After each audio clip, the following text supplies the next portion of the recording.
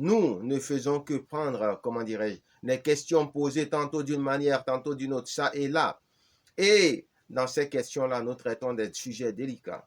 Et quand nous allons fixer maintenant un temps précis pour l'émission qui sera connue du public et de tout le monde, alors là, les questions pourront venir. Et même encore, quand bien même les questions viendront, elles seront bloquées par la régie et elles seront triées pour éviter d'indisposer publiquement justement le public. Et c'est la régie maintenant qui nous transmettra les questions de façon synchronisée, parce que ceux qui sont à la régie quand même sont aussi des professionnels, donc ils savent à peu près ce qu'ils ont à faire et qui feront le travail. Mais en même temps, je ne suis pas obligé de recevoir directement un appel. Je peux prendre une question que je vais travailler et de quoi je vais aussi parler directement. Comme cette question où un frère me demandait, mais comment Dieu se comporte avec les hommes? Il a envie de comprendre quelle est la façon de se comporter de Dieu avec les hommes, comment Dieu agit avec les hommes. Et de façon brute comme ça, je lui dirais simplement, Dieu agit tantôt d'une manière, tantôt d'une autre avec les hommes, et nous ne prenons pas garde. D'autres prennent garde à la minorité, mais la majorité ne prend pas garde. C'est ce que je peux lui dire comme ça d'entrée. Tantôt d'une manière, tantôt d'une autre. Donc, il n'y a pas une seule façon d'agir de Dieu, mais il y a une infinité et une variété de manières de penser de Dieu, de manières de parler de Dieu, de manières d'agir de Dieu et de manières de se comporter de Dieu. Vous voyez, bien aimé dans le Seigneur, pourquoi c'est un peu délicat, cette question. C'est comme si cette question a pour but de chercher à cerner toutes les facettes de Dieu dans ses relations avec les hommes afin de pouvoir savoir comment agir vis-à-vis de lui. On peut aussi appeler ça chercher à connaître Dieu. Est-ce que vous voyez? Et ça, c'est très important. Et la première façon de chercher à connaître Dieu, déjà, c'est de lire la Bible. Quand vous lisez la Bible, quand vous voyez les relations de Dieu avec chacun de ses serviteurs, chacun des rois qu'il a établis, avec son peuple, vous pouvez déjà avoir beaucoup de compréhension sur les façons d'agir de Dieu. Et puis maintenant, l'autre façon de connaître les façons de faire de Dieu, de connaître Dieu, c'est aussi de prendre acte de ce que Dieu lui-même révèle directement de lui. Quand Dieu vous dit, par exemple, je suis un Dieu jaloux, je ne partage pas mon honneur et ma gloire, vous prenez acte que Dieu est jaloux, il ne partage pas son honneur et sa gloire. Et c'est simple.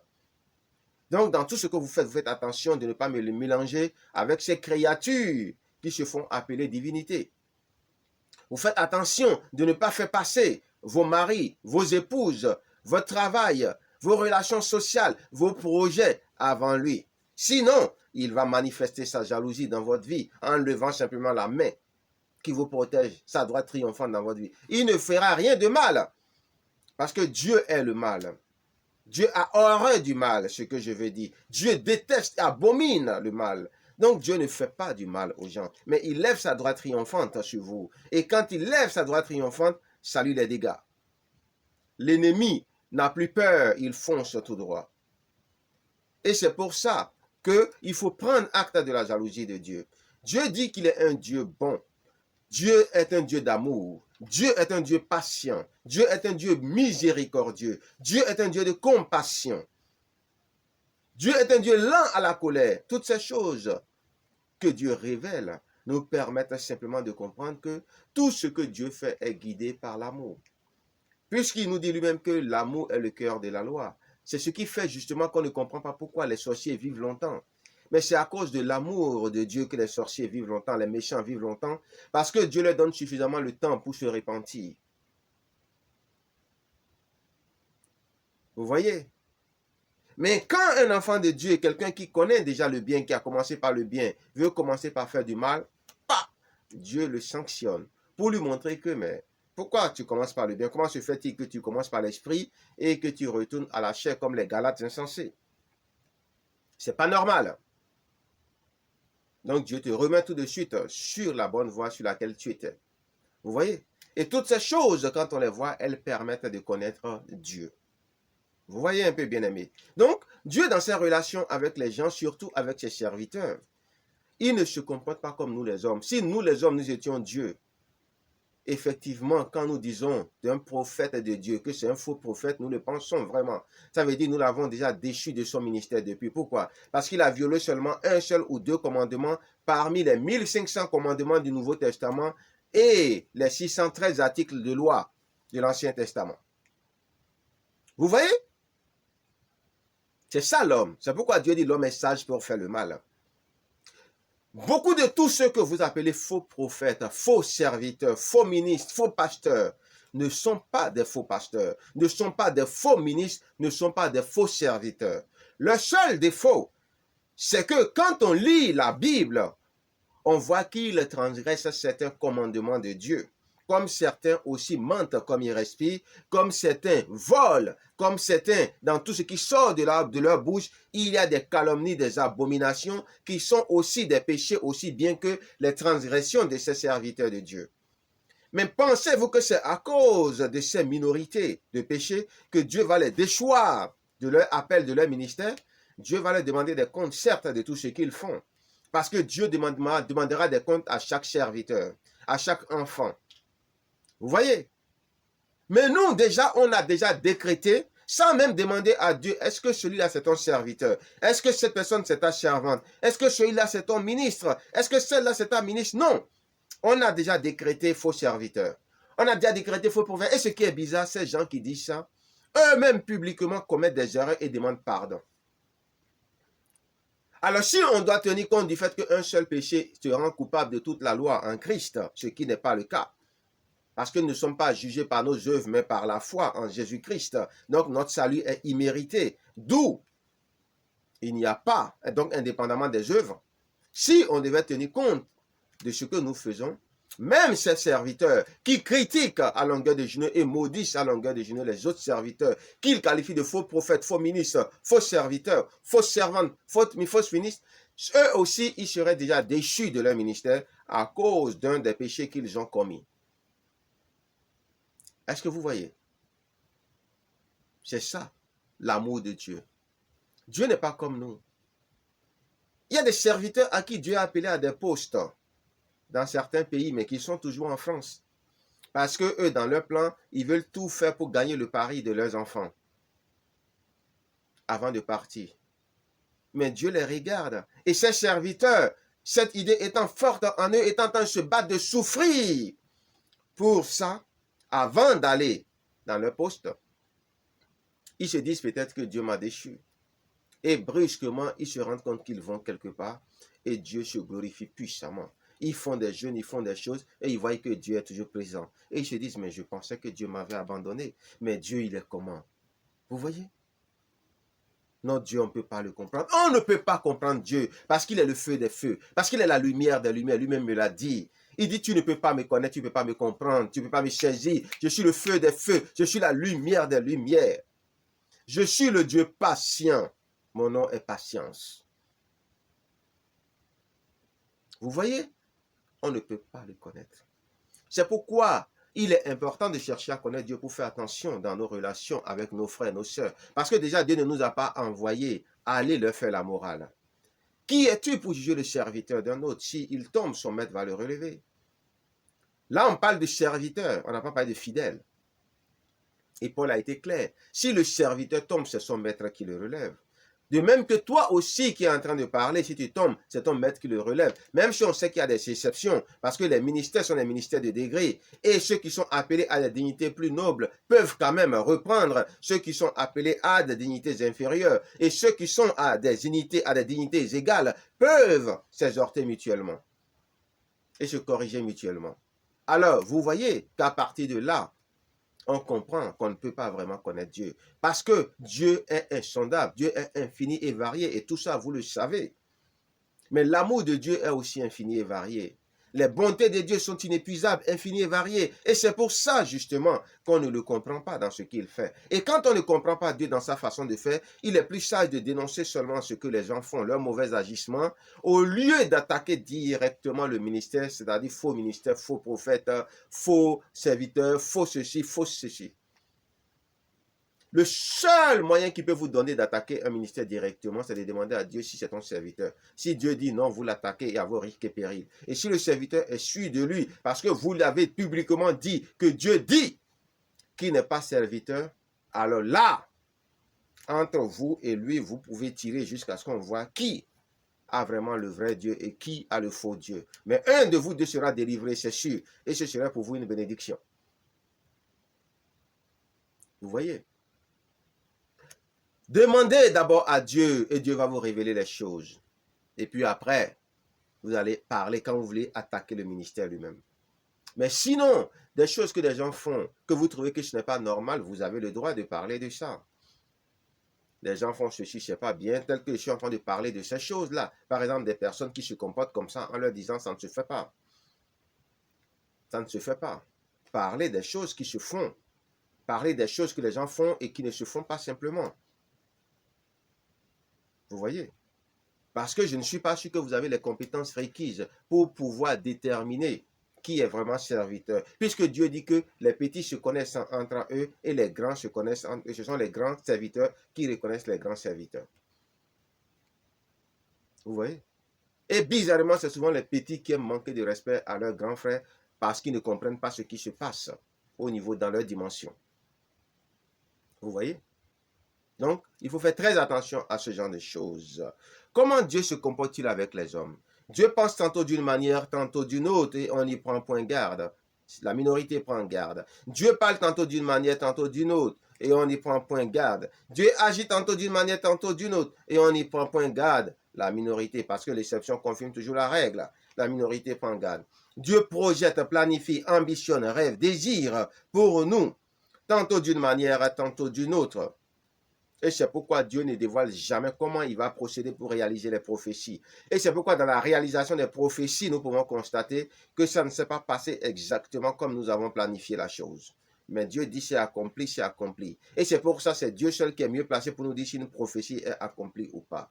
Est-ce que vous voyez? L'omission n'est pas l'amnésie. Vous voyez? L'omission, c'est faire le mal, par exemple, qu'on ne veut pas faire et ne pas faire le bien qu'on veut faire. Vous dites, je vais faire, mais vous ne le faites pas. Vous savez consciemment qu'il y a quelque chose que vous devez faire de bien, mais vous ne le faites pas. Ça, c'est péché par omission. Nul ne peut connaître Dieu à cause de ses pensées et voies infinies et variées, qui ne sont pas nos voies et nos pensées. On peut trouver Dieu où on l'attend, comme on peut ne pas trouver Dieu là où on l'attend. On peut trouver Dieu où on ne l'attend pas, par sa miséricorde. Parce que Dieu dit que la miséricorde, c'est l'intervention souveraine de Dieu dans la vie des gens sans que les gens ne l'invoquent ou ne l'appellent. Dieu fait ce qu'il veut, même s'il ne fait pas n'importe quoi. Dieu est insaisissable, incompréhensible, imperceptible, inconnaissable, car il est le feu des feux, la lumière des lumières, la puissance des puissances. Nul ne peut saisir le feu et la lumière, dit le Seigneur. Vous voyez, bien-aimés, ce que je veux vous dire, c'est qu'en réalité, Dieu est tellement bon que même s'il voulait nous laisser sa place, ce serait impossible, vu comment on est sage pour faire le mal. Je me rappelle que souvent, quand je suis en train de parler de Dieu, les gens me disent, mais franchement, si toi tu étais Dieu, nous serons déjà tous grillés. Vous voyez? Et ces paroles-là sont les paroles qui travaillent. Et aussi avec les révélations de Dieu, j'ai fini par comprendre que, franchement, la bonté et l'amour de Dieu est au-dessus de tout ce qu'on peut imaginer. Vous voyez? Les gens font des choses et tu t'attends, tu es sûr que selon ce que tu connais de Dieu, Dieu va les clasher grave. Et qu'est-ce que Dieu fait? Dieu les regarde seulement comme des enfants qui sont tombés et il les relève avec amour et douceur. Il essaye de comprendre ce qu'ils sont en train de dire et il essaie de leur donner, sans leur donner des serpents et des scorpions, l'œuf qu'ils lui demandent. Vous voyez notre Dieu, comment il est bon? Vous faites une alliance avec Dieu, vous la gâchez. Et vous redemandez une autre alliance. Dieu dit, il n'y a pas de problème, on y va mon enfant. Vous voyez? Mais ce que Dieu n'aime pas le plus que tout, c'est que vous le fuyez parce que vous êtes pécheur. Que vous le fuyez parce que vous estimez que vous êtes indigne de lui. Que vous le fuyez parce que vous estimez que vous êtes trop sale. Non. Là, vous êtes rentré dans le jeu du diable et le diable va vous bouffer comme des Kellogg's. Peu importe votre état, vous devez rester toujours là. Aimez toujours Dieu, vous battez, criez à lui et faites des efforts, travaillez. J'ai entendu certains serviteurs dire, mais Dieu n'est pas, c'est-à-dire un nain spirituel ou c'est-à-dire une merde ou des choses pour que vous puissiez toujours faire des conneries et dans vos prières informer Dieu de ce que vous avez fait comme si Dieu avait besoin d'être informé. Oui, Dieu a besoin d'être informé. Je suis déçu et désolé de vous le dire, mais Dieu a besoin d'être informé. Parce que la guérison commence déjà par la prise de conscience de son état. Dieu a besoin d'être informé, bien qu'il voit tout et il sait tout. Mais ce que Dieu veut plus que tout, c'est que vous preniez acte de votre état, que vous demandez son aide et que vous changiez vos mauvaises voies, que vous reveniez de vos mauvaises voies et que vous commenciez par faire du bien. Et c'est en cela que nous nous rejoignons, que nous sommes d'accord. Si vous prenez l'habitude de toujours informer Dieu de ce que vous faites de mauvais, sans avoir l'envie de changer, de vous repentir sincèrement et de changer de voie, alors là, vous vous moquez de vous-même, mais vous ne vous moquez pas de Dieu. Est-ce que vous voyez? Donc faites attention, informez Dieu du mal que vous faites, des choses que vous faites, de vos faiblesses, de vos défauts. Ce n'est pas mauvais. Mais sachez que plus que tout, Dieu a besoin que vous changiez. Dieu a besoin que vous renouveliez votre intelligence par la connaissance. Soyez transformés par le renouvellement de l'intelligence et que vous commenciez par prendre de bonnes résolutions, de bonnes habitudes par l'aide du Saint-Esprit de gloire. C'est ce que Dieu attend de vous plus que tout. Et c'est ce que vous devez faire, bien-aimés, dans le Seigneur. Est-ce que vous voyez? Mais seulement ce que je peux vous dire en vérité, on ne peut pas vraiment prévoir ce que Dieu peut faire. Quelquefois, tu peux pronostiquer et ça va tomber. Parce qu'il y a des choses quand même élémentaires sur lesquelles Dieu ne badine pas. Par exemple, Dieu te demande de faire quelque chose, ce qu'il t'a demandé de faire parce que c'est sorti de sa bouche. Sa parole ne revient point à lui sans effet. Peu importe la manière dont il est avec toi, ce qu'il a dit, il a déjà dit et il t'attend dessus parce qu'il ne mélange pas ses affaires. Il traite les choses différemment. Et vous voyez, Dieu nous a dit que le monde spirituel est vaste, trop vaste, sorti de la bouche de Dieu. Ça veut dire qu'il y a des choses spirituelles dont on va vous parler que vous n'allez pas forcément comprendre. Des actes, des habitudes spirituelles, des choses que les gens vont faire. Et en lisant la Bible, vous allez dire non, c'est pas normal. Dieu ne va pas vous en vouloir. Mais vous pouvez dire, en tout cas, selon moi, ma connaissance, je ne comprends pas, je ne suis pas trop ouvert à ces choses-là, mais pour moi, ce n'est pas normal. Mais en même temps, comme le monde spirituel est vaste, c'est des possibilités. Mais en tout cas, moi, je ne suis pas encore allé jusque là-bas. Mais commencez par maudire, dire des choses. Commencez par dire que ceci est faux, ceci est cela. C'est un peu dangereux. Mais en même temps, je vous dis que Dieu a fait les serviteurs de Dieu de telle façon que aucun serviteur de Dieu sur cette terre ne peut parler la parole de Dieu de A à Z et dire que tout ce qu'il dit est parfait. C'est impossible parce que nous connaissons en partie. Vous voyez? Donc, on ne peut pas juger un serviteur de Dieu sur le fait que dans sa prédication, il a commis des erreurs spirituelles ou des erreurs d'interprétation ou qu'il a dit des choses que vous ne partagez pas. Non, ce n'est pas suffisant. Quand il parle de Dieu, regardez l'amour qu'il a pour Dieu. Quand il parle de Dieu, regardez le zèle qu'il déploie pour Dieu.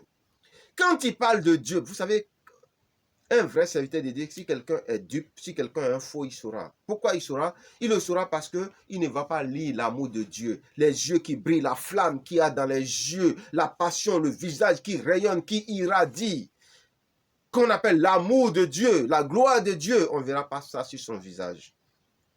D'autres aiment vraiment Dieu, mais ils ont un zèle qui est tellement amer que ça ternit leur visage. Et quand même on regarde à l'intérieur de leur visage, on a le sentiment que ce n'est pas l'amour qu'on voit, mais on voit même la copie du diable.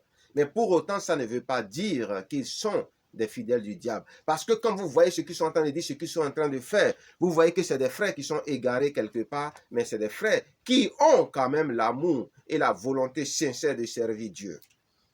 C'est pourquoi nous devons faire attention. Moi, il y a beaucoup de personnes que les gens critiquent sur Internet comme ça, que je regarde. Mais pourtant, ce qui ne sont pas des petits serviteurs. Il y a beaucoup à Abidjan, par exemple, que tout le monde critique généralement. Bon, quand on dit tout le monde, j'exagère, en griffe. Mais qui sont des serviteurs de Dieu non conventionnels. Quand vous voyez qu'un serviteur de Dieu n'a pas peur, n'a pas froid aux yeux, et s'en fout de tout ce qu'on peut dire de lui, et est en train de faire ce qu'il est en train de faire, mais vous voyez qu'il a vraiment cette recherche de la connaissance, et que la connaissance est assise là, même si quelquefois il se trompe, mais qui n'a peur de rien ni de personne, qu'il brave tout. Sachez que c'est un vrai serviteur de Dieu, authentique, mais que ce serviteur de Dieu n'est pas conventionnel. Et c'est pourquoi ces façons de faire agacent les serviteurs conventionnels. C'est-à-dire qui ont ce qu'on appelle le politiquement correct, ou le spirituellement correct, ou le moralement correct. Un vrai serviteur de Dieu n'est pas politiquement ni moralement correct. Il s'en fout de tout ça, parce qu'il est au-dessus de tout ça. La seule chose qui compte pour lui, c'est la cible à atteindre, ne pas pécher, ne pas manquer sa cible. Mais en même temps, ils vont donner des prédications qui seront fausses. Mais ce n'est pas parce qu'on a 2, 3, 4, 5 prédications fausses. Alors que quand on juge dans l'ensemble leurs prédications, on voit que sur les prédications essentielles, c'est-à-dire celles qui apportent le salut, on dit la même chose, que ce sont des faux prédicateurs. Non. Est-ce que ces prédicateurs vous ont dit adorer le diable, adorer la bête? Est-ce que ces prédicateurs vous ont dit que c'est Satan qui est ceci, qui est cela? Non. Ils vous ont dit Jésus-Christ est Seigneur. Ils vous ont dit les conditions pour accéder au paradis. Et ces conditions sont les mêmes que tous les serviteurs, c'est-à-dire l'essentiel, l'évangile.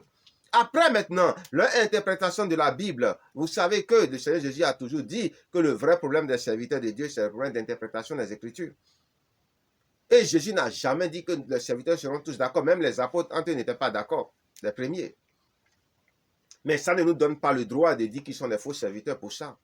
Et ce n'est pas parce que des serviteurs de Dieu font des choses comme si nous-mêmes, alors que par jour, les péchés que nous commettons, déjà par jour, c'est énorme. Vous voyez? La déposition de 2 personnes est suffisante pour avérer un péché. Pourtant, des milliers de personnes vous disent que ce que vous faites n'est pas bon, mais vous persévérez dedans. Comment on appelle ça? Si ce ne sont pas des péchés, on appelle ça comment? Mais vous vous en foutez éperdument. Est-ce pour autant que Dieu va vous déchoir de votre grâce? Non. Parce que vous prêchez au moins le salut. Vous prêchez l'évangile. Vous prêchez la sainteté, la sanctification.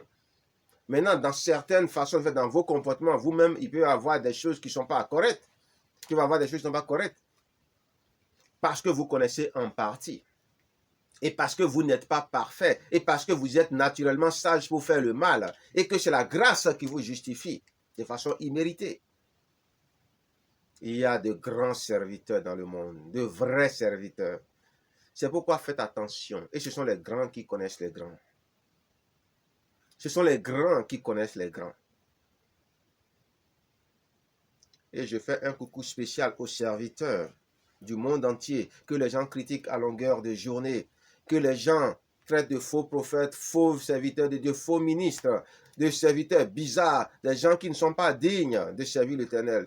Je leur fais un coucou spécial parce que moi, je sais que ce sont de vrais serviteurs authentiques de Dieu, qui n'ont peur de rien, mais qui servent Dieu selon les béquilles que Dieu leur a données. Je le sais. Je n'ai pas pour habitude d'appeler les noms. Et je m'efforce, bien que ça me démange d'appeler les noms. Mais je fais l'effort de ne pas le faire. Mais ça ne veut pas dire que ça ne peut pas arriver. Je fais l'effort de le faire. Mais il y a de vrais serviteurs, croyez-moi. Et si vous voulez vraiment être scotché ou stomaqué, et que vous avez des connexions avec Dieu, interrogez Dieu. Ces serviteurs que vous critiquez là, demandez à Dieu, est-ce que ce qu'on a là, c'est ton serviteur? Est-ce que ce voyou là, est-ce que c'est ton serviteur? Est-ce que ce va-nu-pied, selon la manière dont vous les voyez, est-ce que c'est ton serviteur? Et vous allez être étonné de ce que Dieu va vous dire. Il y a une infinité et variété de serviteurs, comme il y a une infinité et variété d'anges de Dieu. Et ils n'ont pas les mêmes spécialités, même s'ils ont en commun l'évangélisation. C'est pourquoi ils sont différents. Qui pouvait penser que Jean-Baptiste était un prophète, se mangeait des criquets de sauterelles ou de racines? Mais pourtant, écoutez ce que Dieu a dit de lui. Moi, ce que je fais, c'est simple. Je n'ai pas pour parti pris un serviteur ou des serviteurs. Non, c'est pas comme ça que je procède. J'écoute la prédication.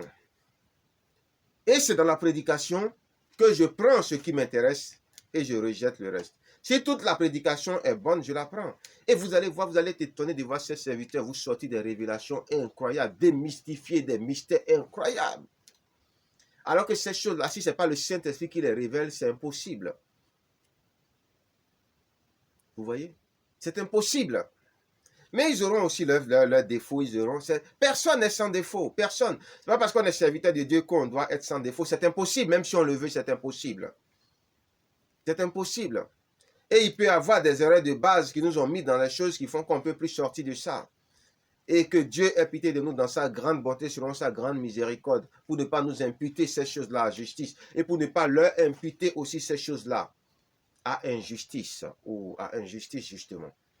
Mais que Dieu regarde ces évangiles de la conversion, ces évangiles du salut, que ces enfants prêchent envers et contre tout, pour pouvoir gagner des âmes au Seigneur.